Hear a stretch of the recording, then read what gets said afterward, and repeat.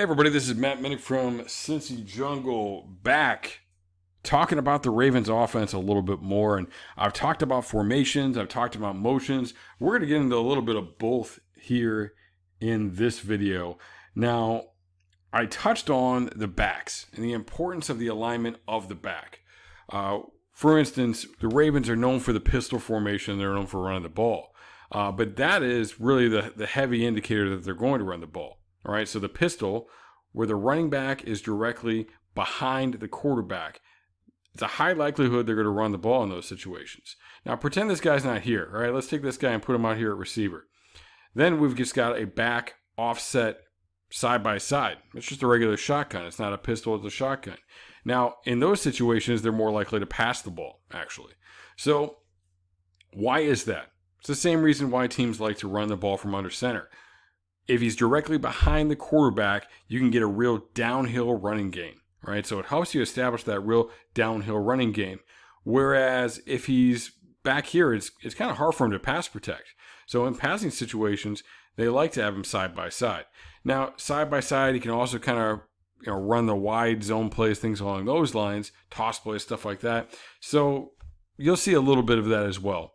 But it is a pretty heavy indicator, even in the one back looks, what they're doing based on the alignment of that back. And even for teams that aren't really running pistol, all right, if you're just running shotgun, right, if you're running shotgun and you're a little bit more back than usual, all right, more likely run. If you're running shotgun and you're even, if you're even, it's pass pro or getting into a route generally, right? Or, possibly that wide zone thing, but you don't see that much of that stuff. So even in the shotgun alone, and this is true about any team, back's alignment in relationship to where the quarterback is can tell you a lot about the play.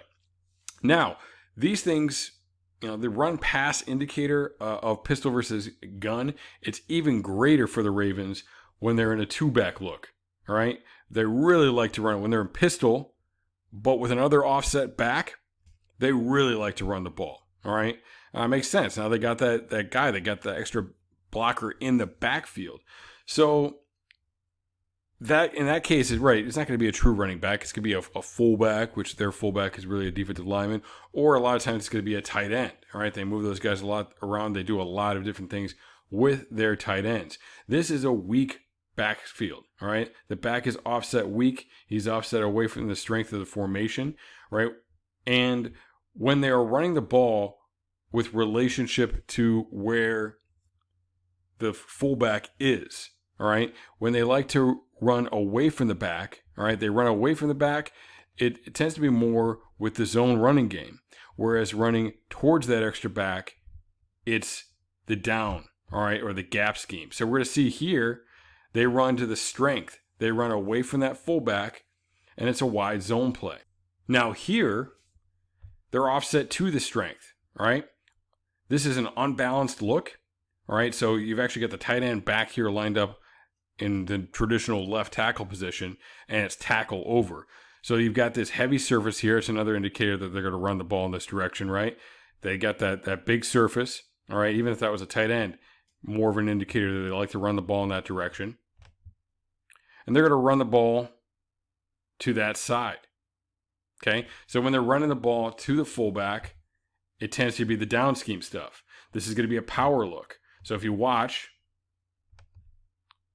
if you take a look at the fullback, okay, the fullback, he's going to be the kick out guy, right? The fullback is looking to kick out the end man on the line of scrimmage. So that could be with the power play, that could be with the duo play. He's looking to kick out on the end man on the line of scrimmage. So he kicks out, and then they pull around.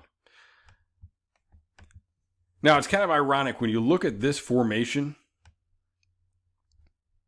Okay, this is an unbalanced look. And, remember a few years ago, the Patriots caught the Ravens off guard with an unbalanced look. So there ended up being rule changes as a result of that about who can be an eligible receiver, which really in the long run was bad for the Ravens because they could be doing a lot of those things and hiding eligible receivers, making this guy ineligible by stepping a man on the line, having an extra eligible guy on the backside.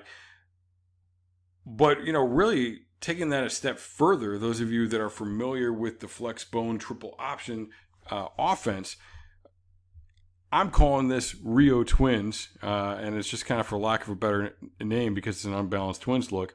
But, truly the Rio Twins look would be this guy's on the line of scrimmage and this guy's off.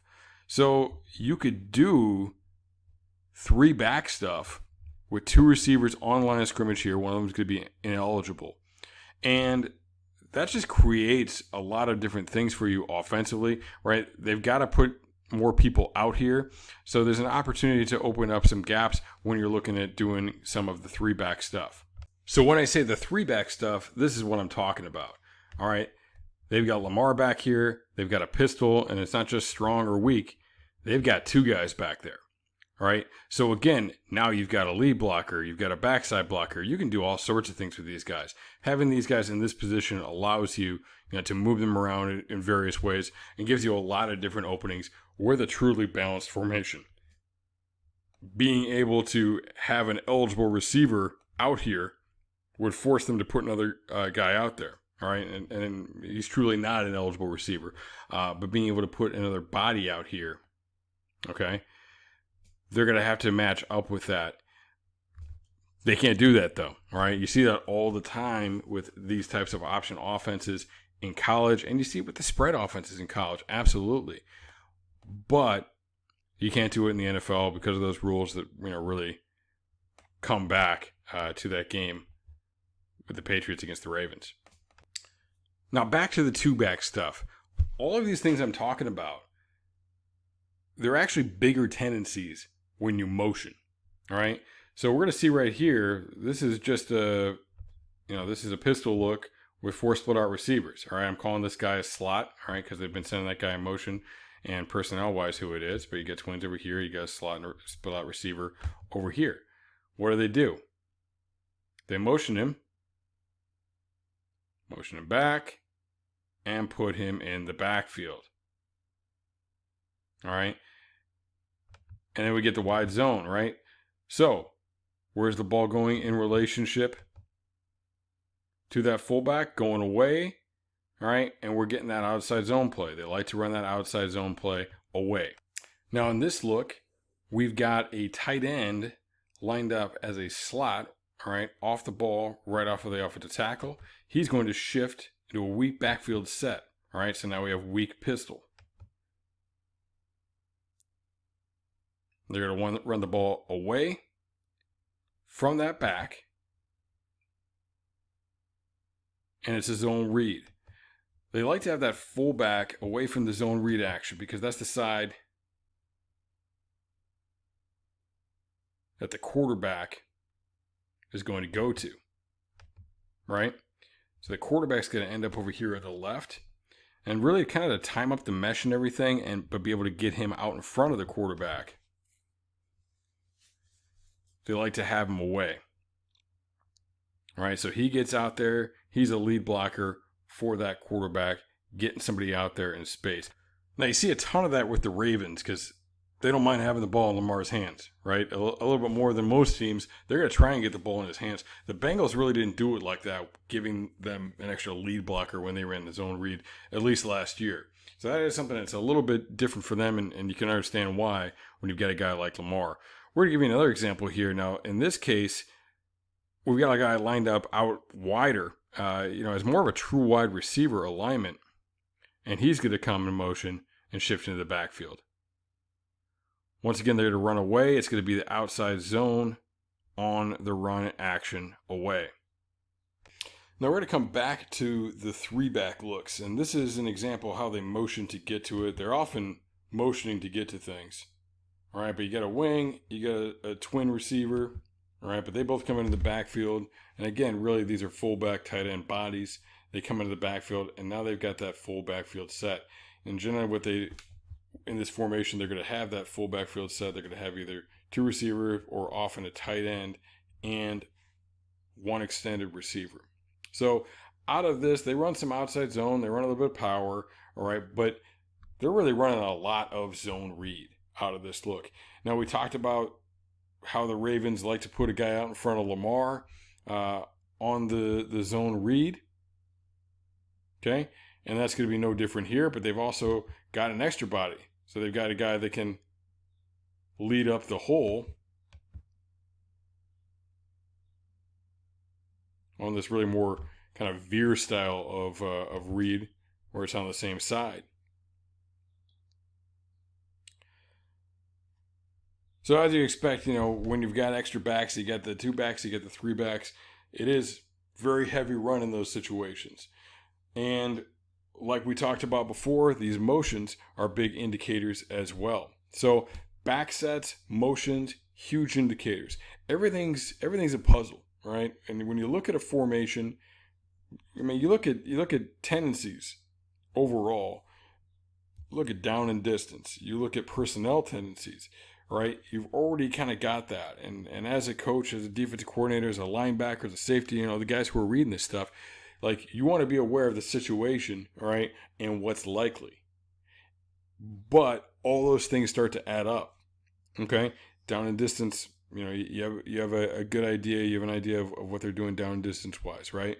Then, hey, personnel wise, that gives you a better indicator. Formation, that gives you a stronger indicator. Now, when they motion out of that formation, that gives you an even stronger indicator, right? And pieces of that formation, like where exactly the back is lined up, that tells you something. Is a receiver tighter than usual? That tells you something. How is that wing lined up? If there's a wing, is he more off than usual? That tells you something. All right, and we talked about some of that stuff in the previous video that dealt with motions. So all these things, right? It's all the building blocks that tell you what's going on. It's all one big puzzle that you got to solve one piece at a time.